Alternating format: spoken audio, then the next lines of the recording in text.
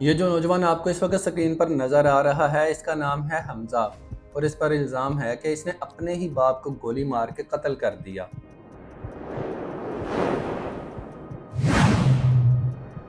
یہ واقعہ سیالکوٹ کے علاقے مبارک پورہ کا ہے۔ محمد تنویر احمد بنڈر کئی سالوں سے جرمنی میں مقیم تھے اور اپنی کمائی کا بڑا حصہ پاکستان بھیجتے تھے تاکہ ان کے اہل خانہ مالی طور پر مستحکم رہ سکیں۔ ان کی خواہش تھی کہ ان کے بچے کسی اچھے کاروبار یا کام کے ذریعے اپنے پاؤں پر کھڑے ہو جائیں۔ تنویر احمد کا بڑا بیٹا حمزہ تھا، جس کی عمر تقریباً 24 سال بتائی جاتی ہے۔ باپ کو اس پر بہت اعتماد تھا۔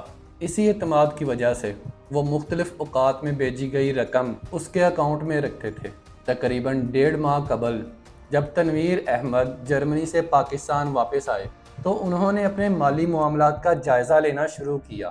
انہیں معلوم تھا کہ انہوں نے برسوں سے کافی رقم بھیجی ہے جو کہ کافی حد تک جمع ہو چکی ہوگی، لیکن جب انہوں نے تفصیلات معلوم کرنا شروع کی تو انہیں معلوم ہوا کہ حساب کتاب کچھ اور ہی کہانی سنا رہا ہے۔ انہوں نے حمزہ سے سوال کیا کہ رقم کہاں ہے۔ حمزہ واضح جواب دینے کی بجائے بات کو ٹالتا رہا، کبھی کوئی بہانہ بناتا، کبھی کوئی اور وضاحت پیش کرتا، لیکن اصل حقیقت سامنے نہیں آ رہی تھی۔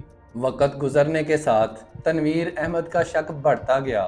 بعد ازاں سامنے آنے والی معلومات کے مطابق اصل مسئلہ یہ تھا کہ حمزہ نے والد کی بھیجی گئی رقم میں سے بڑی رقم کرپٹو کرنسی میں لگا دی تھی۔ اسے یقین تھا کہ سرمایہ کاری سے اچھا منافع حاصل ہوگا، لیکن حالات اس کے برعکس نکلے۔ کرپٹو میں ہونے والی سرمایہ کاری نقصان میں چلی گئی۔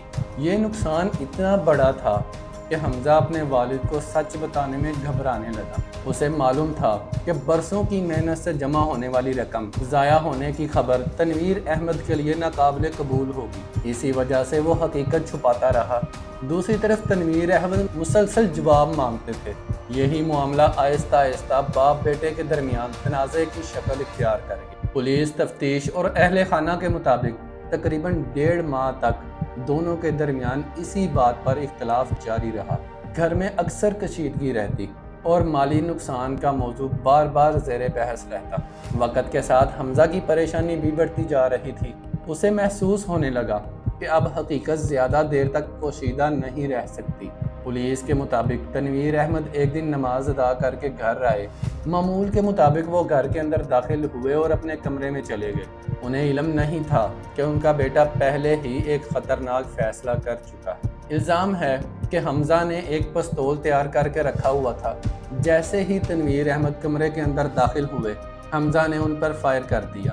پولیس کے مطابق گولی سر پر لگی اور موقع پر ہی تنویر احمد کی جان نکل گئی۔ قتل کے بعد حمزہ نے لاش کو ایک بوری میں ڈالا اور کمرے کے اندر ہی چھپا دیا۔ پولیس کے مطابق بعد میں حمزہ نے اپنے بھائی، ماں اور بہنوں کو بھی حقیقت بتائی۔ گھر والے یہ سن کر خوفزدہ ہو گئے، لیکن معاملہ یہیں ختم نہیں ہوا۔ الزام ہے کہ حمزہ نے انہیں دھمکی دی کہ اگر کسی نے یہ بات باہر بتائی تو اس کا انجام بھی وہی ہوگا جو تنویر احمد کا ہوا۔ اس دھمکی کے بعد گھر میں خاموشی چھا گئی۔ لاش بوری میں بند گھر کے اندر موجود رہی اور وقت گزرتا رہا۔ اسے معلوم تھا کہ لاش زیادہ دیر تک گھر میں نہیں رکھی جا سکتی۔ اگر حقیقت سامنے آ گئی تو سب کچھ ختم ہو جائے گا۔ اسی لیے اس نے فیصلہ کیا کہ لاش کو ایسی جگہ پھینکا جائے جہاں شواہد مٹ جائیں اور کسی کو کچھ معلوم بھی نہ ہو سکے۔ 2 دن تک محمد تنویر احمد کی لاش گھر کے اندر موجود رہی۔ پولیس تفتیش کے مطابق اس نے بعد میں ایک موٹر سائیکل کا انتظام کیا اور پھر لاش کو بوری سمیت گھر کے باہر منتقل کیا۔ اس کے بعد اس نے ایک ایسی جگہ چنی جہاں مختلف فیکٹریوں کا کیمیکل زدہ پانی بہتا تھا۔ الزام ہے کہ حمزہ کا خیال تھا کہ اگر لاش وہاں پھینک دی جائے تو وقت کے ساتھ شواہد ختم ہو جائیں گے اور کسی کو حقیقت کا پتہ نہیں چل سکے گا۔ اسی منصوبے کے تحت اس نے اپنے باپ کی لاش نالے میں پھینکی اور گھر واپس آ گیا۔ اسے یقین تھا کہ معاملہ ہمیشہ کے لیے ختم ہو چکا ہے، لیکن حالات اس کے اندازوں کے مطابق نہیں چلے۔ ادھر تنویر احمد کا بھائی مسلسل اس سے رابطہ کرنے کی کوشش کر رہا تھا۔ فون کالز کی جا رہی تھی مگر اسے کوئی تسلی بخش جواب نہیں مل رہا تھا۔ جب گھر والوں سے پوچھا جاتا تو وہ بھی مکمل طور پر تسلی بخش جواب نہیں دے پاتے۔ یہ صورتحال دن بدن مشکوک ہوتی جا رہی تھی۔ اسی دوران تنویر احمد کا بھائی لاہور سے سیالکوٹ پہنچ گیا۔ اس نے گھر آ کر اپنے بھائی کے بارے میں پوچھ گچھ شروع کی۔ وہ جاننا چاہتا تھا کہ آخر تنویر احمد کہاں ہیں اور ان سے رابطہ کیوں نہیں ہو پا رہا۔ پولیس کے مطابق اسی دوران حمزہ خود تھانے پہنچا اور تھانے پہنچ کر اپنے باپ کی گمشدگی کی رپورٹ درج کروا دی۔ اس نے پولیس کو بتایا کہ اس کے والد لاپتہ ہیں اور کافی دن سے گھر نہیں آئے۔ بظاہر اسے ایک عام گمشدگی کا کیس بنا دیا گیا، لیکن جب پولیس نے تحقیقات شروع کی تو کئی ایسی باتیں سامنے آئیں جنہوں نے معاملے کو مشکوک بنا دیا۔ تفتیش کاروں نے تنویر احمد کے موبائل فون اور دیگر شواہد کا جائزہ لیا۔ پولیس کے مطابق موبائل فون کی آخری لوکیشن گھر کے اندر کی یا گھر کے اطراف کی طرف اشارہ کر رہی تھی۔ یہ پہلا اشارہ تھا جس نے پولیس کی توجہ حاصل کی۔ اس کے بعد گھر کے مختلف افراد سے الگ الگ پوچھ گچھ کی گئی۔ جب بیانات کا موازنہ کیا گیا تو کئی باتوں میں تضاد سامنے آیا۔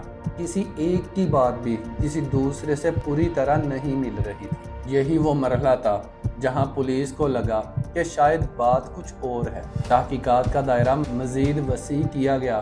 پولیس نے حمزہ کو حراست میں لیا اور اس سے مزید پوچھ گچھ کی گئی۔ ابتدا میں مختلف سوال کیے گئے اور پھر شواہد اس کے سامنے رکھے گئے۔ پولیس کے مطابق بالآخر حمزہ زیادہ دیر تک اپنے موقف پر قائم نہ رہ سکا۔ دوران تفتیش اس نے اعتراف کیا کہ اس کے والد کے قتل کے پیچھے وہ خود ملوث ہے۔ یہ اعتراف سامنے آنے کے بعد کیس نے نیا رخ اختیار کر لیا۔ پولیس نے گھر کے دیگر افراد کو بھی شامل تفتیش کیا تاکہ معلوم کیا جا سکے کہ واقعے کے متعلق کس کس کو معلوم تھا اور کس حد تک معاملہ چھپایا گیا۔ حمزہ کی والدہ، اس کا بھائی اور دیگر اہل خانہ سے بھی پوچھ گچھ کی گئی۔ پولیس کے مطابق اہل خانہ نے موقف اختیار کیا کہ ان کو دھمکایا گیا تھا اور اسی خوف کی وجہ سے وہ کسی کو کچھ بھی نہیں بتا سکے۔